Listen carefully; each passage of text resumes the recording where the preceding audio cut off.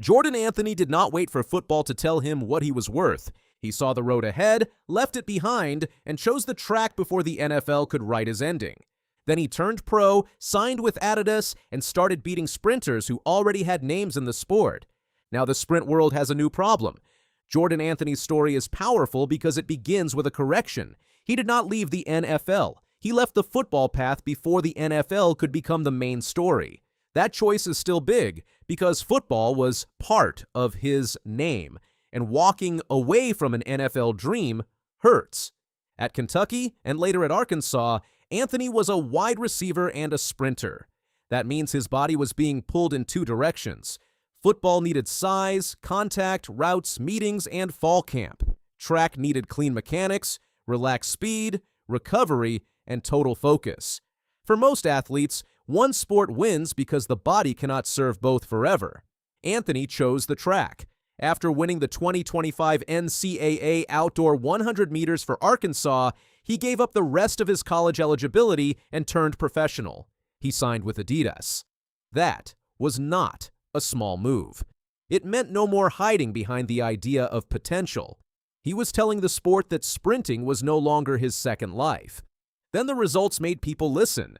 Less than a year after leaving college, Anthony became a world indoor champion. The football player had become a full-time sprinter, and the clock was suddenly backing up every word. Before the global gold, Anthony had already shown the signs. In 2025, he was not just another fast college runner. He was one of the sharpest sprinters in the NCAA. At the SEC championships, he won both the 100 and 200 meters. His 100 time was 9.95. His 200 time was 19.93. Those are not nice college marks. Those are professional level times. They put him into a different conversation before he had even finished his college season. They also showed that his ceiling was not just about raw football speed. Then came the NCAA Outdoor Championships in Eugene. Anthony was in the 100-meter final out in lane 9, where many sprinters feel alone. He had no perfect view of the field. He had to trust his race, keep driving, and dip at the line. He won in 10.07, just ahead of Max Thomas and Jelani Watkins. That race mattered because it showed nerve. It was not the fastest race of his life, but it was a championship win. Sprinting is not only about who can run fast when the wind is right, it is about who can get to the line first when everyone wants the same thing. After that, going pro made sense. The football question was over. Track had won. The move became real in the 2026 indoor season. Anthony did not slowly work his way into the pro scene. He kicked the door open.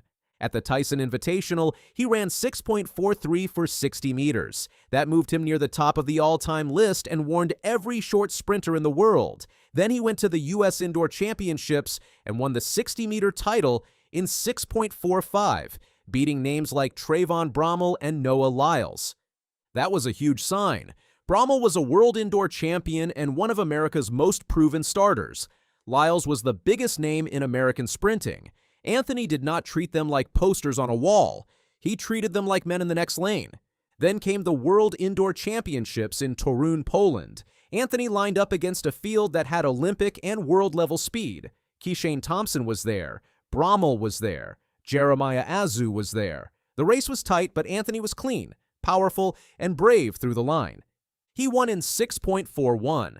That was a world-leading time and one of the fastest 60-meter races in history. In one night, he became a global champion. The former wide receiver was no longer an interesting story. He was a real-world problem. The outdoor season proved the indoor gold was not just a short-track flash.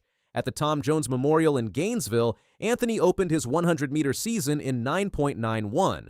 That was a personal best, and he did it while easing up late. After the race, he said the time was not even the main goal yet. He talked about being technical, staying smooth, and letting the fast times come later. That kind of answer matters because it sounds like a sprinter who knows there is more in the body. He also made it clear that he heard the talk around him. Anthony said he wanted to send a message to people who had been talking. He said he was a man of few words, but many actions. That confidence can rub people the wrong way, but in sprinting, confidence is part of the weapon. The track kept agreeing with him, and that is where the story moved from hype to evidence. In Tokyo, at the Seiko Golden Grand Prix, he won the 200 meters in 20.05 into a headwind. Courtney Lindsey was second in 20.28. Lindsey is not a random name. He has made U.S. teams and has real 200-meter quality. Anthony beating him again mattered. It showed that this was not only 60-meter speed, it showed that his range was growing outdoors, from the start to the bend to the straight.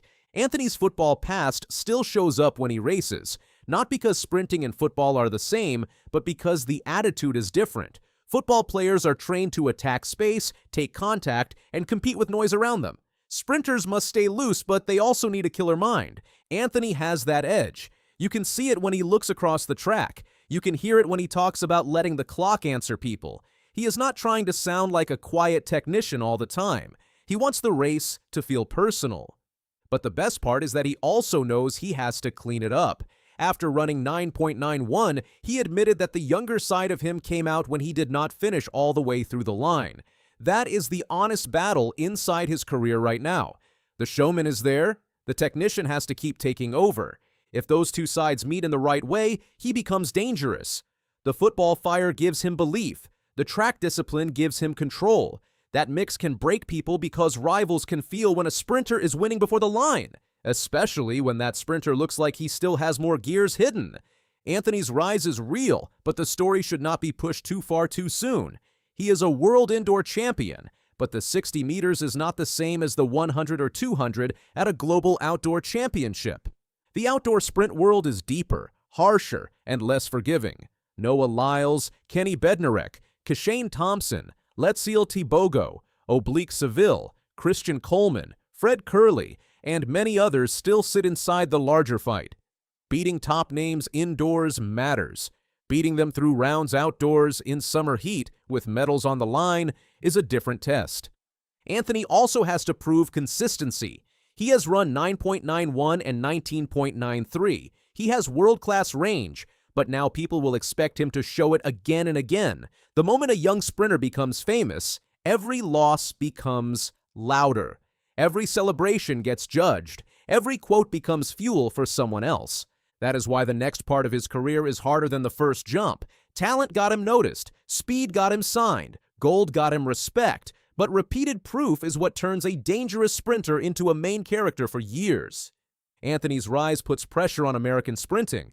For years, the U.S. men had a deep group of stars like Lyles and Bednarek, making team selection brutal. Now Anthony makes it harder. He is not just chasing a spot, he is winning against established names, beating Brommel indoors and Lindsey outdoors with times that demand attention. If Anthony is healthy, the old names cannot assume anything. The 100-meter and 200-meter team fights get tighter. Fast, bold, and clear about wanting to win, he brings the personality track needs because he actually backs it up.